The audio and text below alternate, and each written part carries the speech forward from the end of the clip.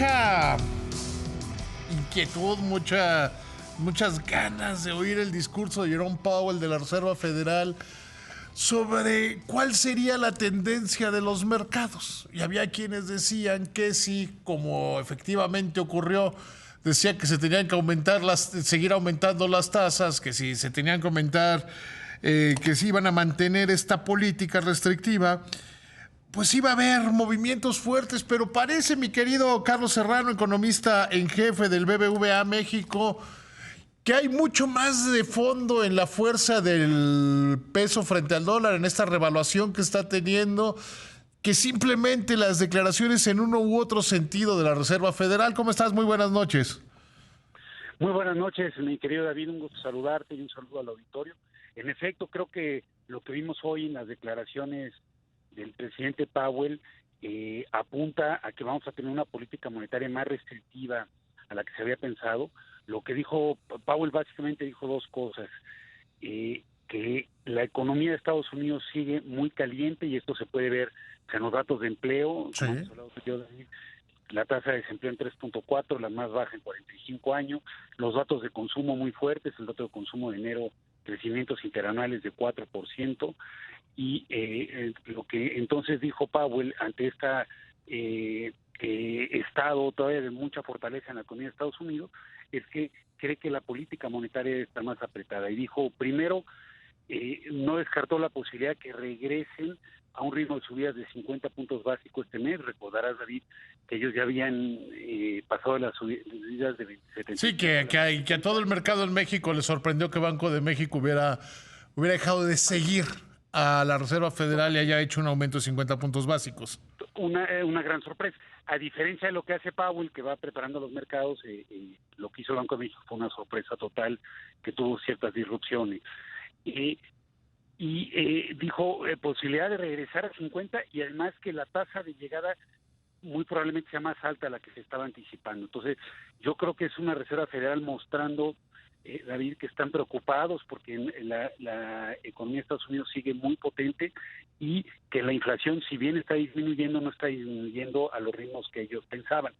Yo en lo personal, David, pensaría que desde luego tendrían que subir todavía con estos datos, pero que no deberían de sobrereaccionar y regresar a estas subidas de 50, porque la política monetaria lleva tiempo en hacer efecto. Creo que estamos en un ciclo donde la inflación está cayendo, posiblemente no tan rápido como ellos quisieran, pero que no deberían demostrar pánico al mercado. Pero lo que sí queda claro son dos cosas. Primero, pues cada vez que vemos estos anuncios más hawkish de la FED, el día de hoy, los mercados caen, pero como dice, lo que está detrás de la fortaleza del tipo de cambio va más allá de la FED. Creo que uno, como ya bien dice, pues una política... Sí, o sea, porque esto creo que el que se haya mantenido el tipo de cambio, pues se movió un poquito hacia arriba, ¿no? Terminó en 18.09. Pero que se haya movido tan poquito para arriba es señal de que la resistencia es mucho, o sea, que los argumentos del tipo de cambio son más fuertes de lo que parecían, ¿no?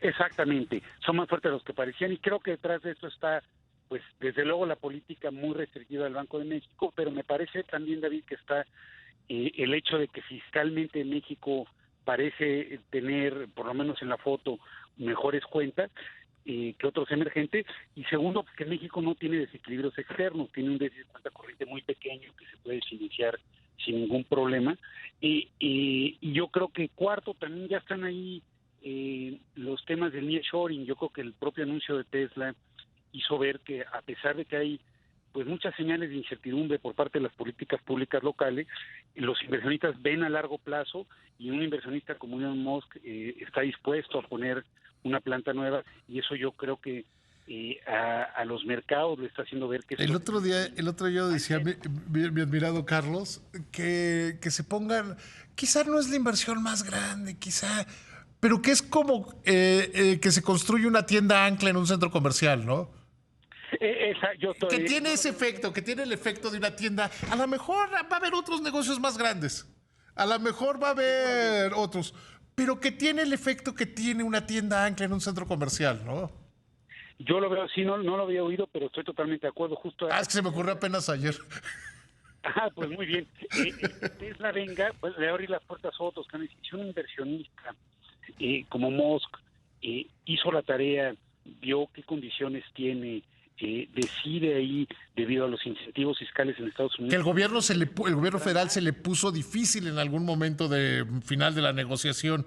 Muy difícil, y aún así si lo decidieron, pues yo creo que es una muestra para los demás, es una muestra de que seguramente Musk también habló con el gobierno de Estados Unidos, le dieron garantías de que iban a defender sus intereses, de que vio las condiciones que le da el Tratado de Libre Comercio, las grandes ventajas que da México en términos de una mano de obra muy capacitada, de cadenas de valor muy integradas, y yo no puedo coincidir más. Yo creo que eso, habíamos visto un nearshoring en mayores proveedores de naves industriales, pero me parece que esto va a significar que vengan ya plantas y nuevas fábricas, y eso es muy, muy potente.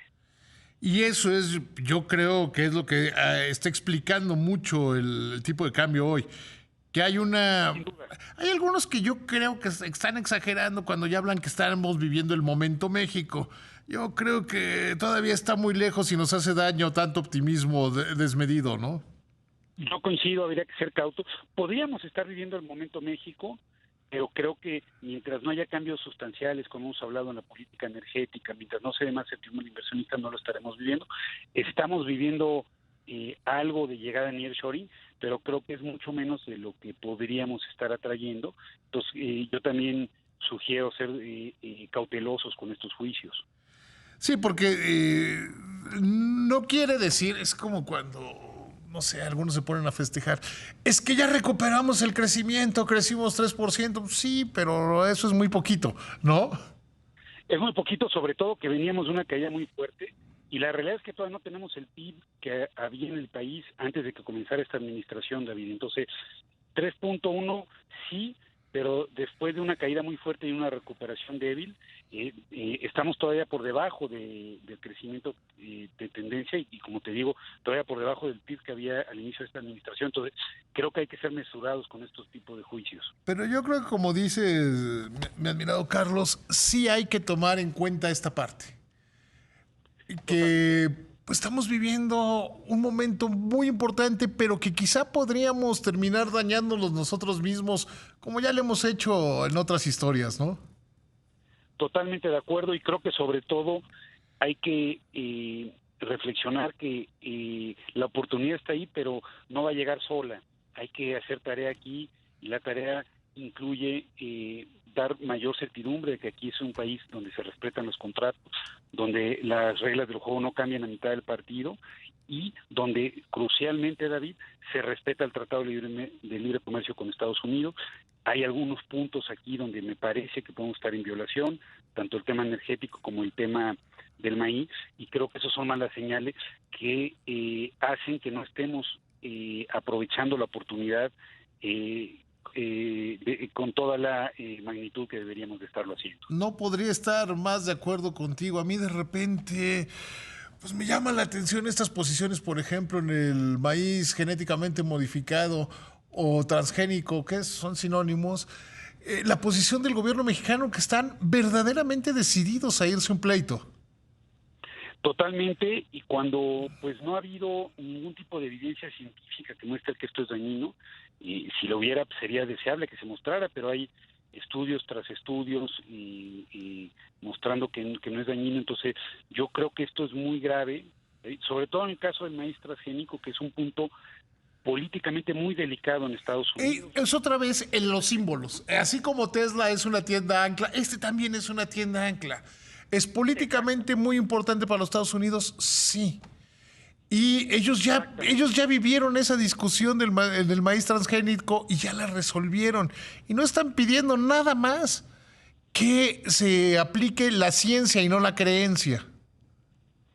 Exactamente, y la ciencia es muy clara en esto, y hasta el momento el gobierno de México no ha producido evidencia científica de que sea dañina. Entonces yo creo que esto, coincido contigo, es un tema también como ancla, en el sentido que es un tema políticamente tan sensible, muy sensible para los republicanos, que van a empezar a ejercer presión importante sobre la administración Biden para que se tomen medidas y México no esté en violación del acuerdo. Entonces, yo creo que por un tema como este, jugarse tanto, David, hay que recordar que el Tratado de Libre Comercio se va a revisar, ¿no? Se puso esta sunset clause cuando se negoció. Sí. No podemos llegar a esa instancia con la imagen de ser un país que no lo respeta. Entonces yo creo que nos estamos jugando mucho por muy poquito, por no decir nada. Porque además ni siquiera parecería que hay un acuerdo en el gobierno mexicano de sí o no. En la propia Secretaría de Agricultura no están de acuerdo. La posición del secretario y el subsecretario son radicalmente diferentes. Y lo que está haciendo la Secretaría de Economía es, según yo, o según lo veo, es aventar el asunto hacia adelante para no tener que resolverlo y no tener que enfrentarlo. Da la impresión, pero creo que hay que sopesar que patearlo hacia adelante hace daño, ¿no? Va dañando la reputación, va exasperando a la contraparte. Entonces yo no creo que se gane mucho pateando el balón. Creo que lo que habría que hacer es, hay evidencia seria científica de que esto dañe. A mí me parece que no la hay, pero si se tiene que ser presente, y si no, simplemente recular y cambiar la posición. Sí, porque el gobierno mexicano incluso ha dicho, es que no hemos causado daño porque pasamos el decreto para un año después. Pues no, como si las inversiones se decidieran de hoy me levanté y voy a invertir en esto o ya no voy a invertir en esto otro, ¿no? Exactamente, es que el daño en incertidumbre puede ser muy grande, es muy difícil de cuantificar, pero puede ser muy grande, puede estar haciendo, como bien dices, que no vengan otras inversiones, y puede estar también haciendo que Estados Unidos esté planteando si México es el socio comercial que quieren, en el sentido que sea un socio que no viole los acuerdos, ¿no? Y ya no entraremos en eso, pero también es que es un socio que tiene muchos problemas de violencia. Mi querido y admirado Carlos, siempre es mi honor platicar contigo. Al contrario, el honor es mío, David, y muchas gracias por la invitación, como siempre un placer. Que te vaya muy bien, buenas noches.